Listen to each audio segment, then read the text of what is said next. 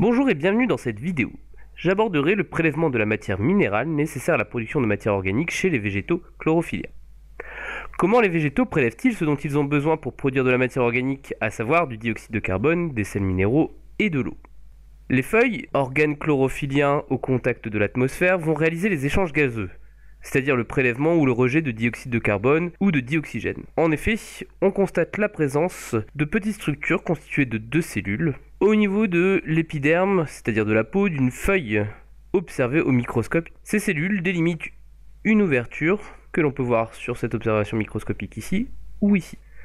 Cette ouverture permet donc au gaz de pénétrer directement dans la feuille et d'aller au contact des cellules chlorophylliennes, c'est-à-dire les cellules qui permettent la production de matière organique. Les sels minéraux et l'eau sont présents dans le sol et vont pouvoir être captés par les racines des végétaux.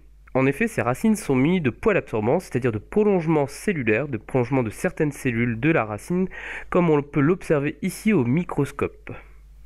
Ces poils sont donc très petits et aussi en très grand nombre présents sur la racine, comme on peut l'observer sur le jeune radis ici. En résumé, le végétal échange avec son milieu au niveau des feuilles pour ce qui est des gaz, grâce aux stomates, et au niveau des racines grâce aux poils absorbants pour l'eau et les sels minéraux.